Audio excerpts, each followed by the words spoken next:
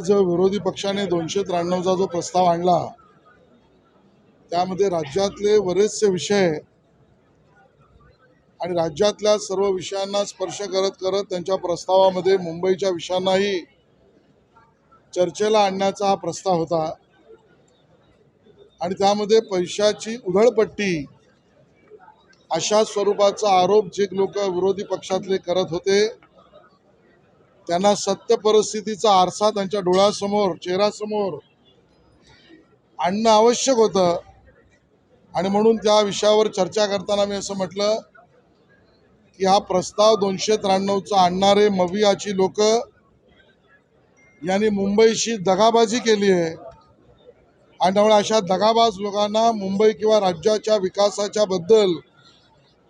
चर्चा करण्याआधी त्यांच्या कार्यकालामध्ये त्यांनी काय केलं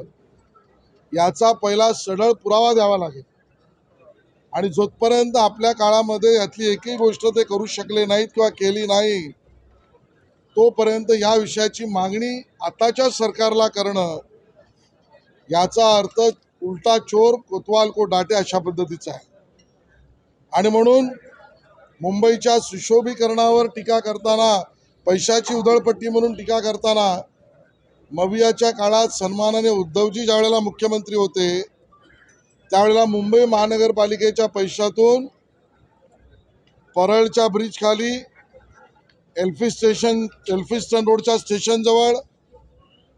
त्या ठिकाणी सुशोभीकरण होत होतं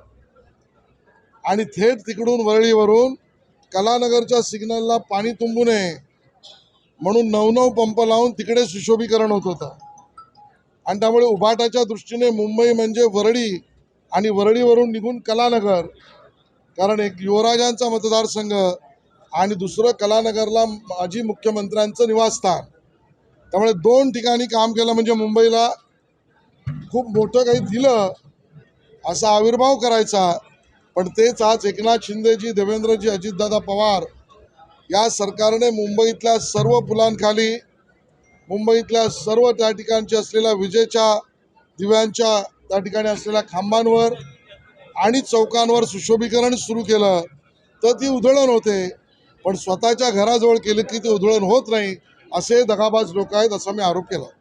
सर एकंदरीत आता रईस शेख यांनी देखील संपूर्ण या चर्चेमध्ये सहभागी होताना आत्ताच्या प्रशासक नेमल्यानंतर मुंबई महानगरपालिकेच्या सर्व आर्थिक निर्णय घेत असताना सगळे मोठे गैरव्यवहार झालेत असा त्यांनी आरोप केलाय इक्बाल सिंग चहल हे 400 किलोमीटरचे कॉन्क्रीटचे रस्ते बनवण्याचे एक चांगलं स्वप्न जे आहे ते मुख्यमंत्र्यांना दाखवतात पत्राद्वारे असं त्यांचं म्हणणं आहे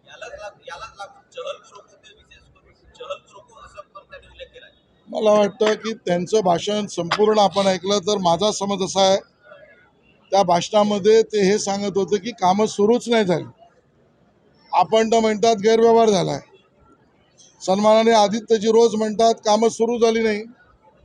दुसऱ्या प्रेस कॉन्फरन्समध्ये म्हणतात कंत्राटदाराला गैरव्यवहार झाला आहे त्यामुळे विरोधी पक्ष वैमनस्य मनस्थितीमध्ये आहे नेमकं कामं सुरू झाली तर कंत्राटदाराने काम केलं असेल आणि जर कंत्राटदाराने कामं न सुरू करता त्याला पैसे दिले असतील तर गैरव्यवहार असेल आणि दुसऱ्या बाजूला सांगतात की बजेट प्रोव्हिजनच्या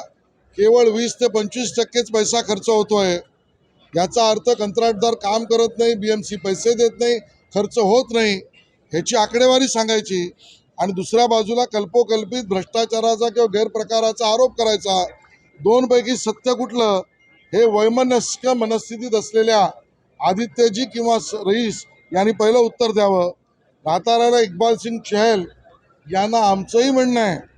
जे ठरलंय त्याला कार्यान्वित करावं लागेल जी वर्क ऑर्डर दिली आहे त्याला कामाला गती द्यावी लागेल ज्या कंत्राटदाराने चूक केली असेल त्याच्याकडून त्या ठिकाणी दंड वसूल केला झाला पाहिजे ज्या पद्धतीने प्रशासक नसताना ज्यावेळेस संपूर्ण स्थायी समिती असते इम्प्रुव्हमेंट कमिटी असते त्यावेळेस एखादा आर्थिक निर्णय घेतला गेला महापालिकेकडनं तर तो वेबसाईटला टाकला जात होता त्याची माहिती जी आहे ती पब्लिक डोमेनमध्ये दिली जात होती परंतु आता जवळपास 400हून अधिक निर्णय जे आहेत ते प्रशासक बसल्यानंतर घेतले गेलेले आहेत आर्थिक निर्णय घेतले गेले आहेत त्याची कोणतीही माहिती पब्लिक डोमेनमध्ये अथवा वेबसाईटला दिलेली गेलेली नाही मला वाटतं याची माहिती थोडी जास्तीची आपण घेतली पाहिजे मुंबई महानगरपालिका अधिनियम बदलण्याचा अधिकार आयुक्तालाही नाही इक्बाल सिंग चहललाही नाही आणि त्याच्या पुढे गेल्या अधिवेशनाच्या काळात तर महानगरपालिकेने केलेल्या कामाचं ऑडिट,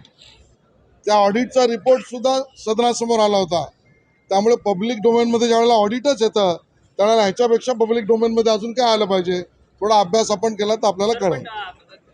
रवींद्र वायकर म्हणतात आहेत की जर आमच्या वेळेस गैरव्यवहार झाला होता 25 वर्षाच्या कार्यकाळात, तर 25 वर्षाच्या कार्यकाळात इम्प्रुव्हमेंट कमिटीमध्ये तुम्ही देखील होता, गोपाळ शेट्टी होते, भाजपचे सर्व सदस्य होते, मग एकदाच ती व्हाईट पेपर काढून टाका असंही त्यांचं म्हणणं आहे. योग्य म्हणणं आहे.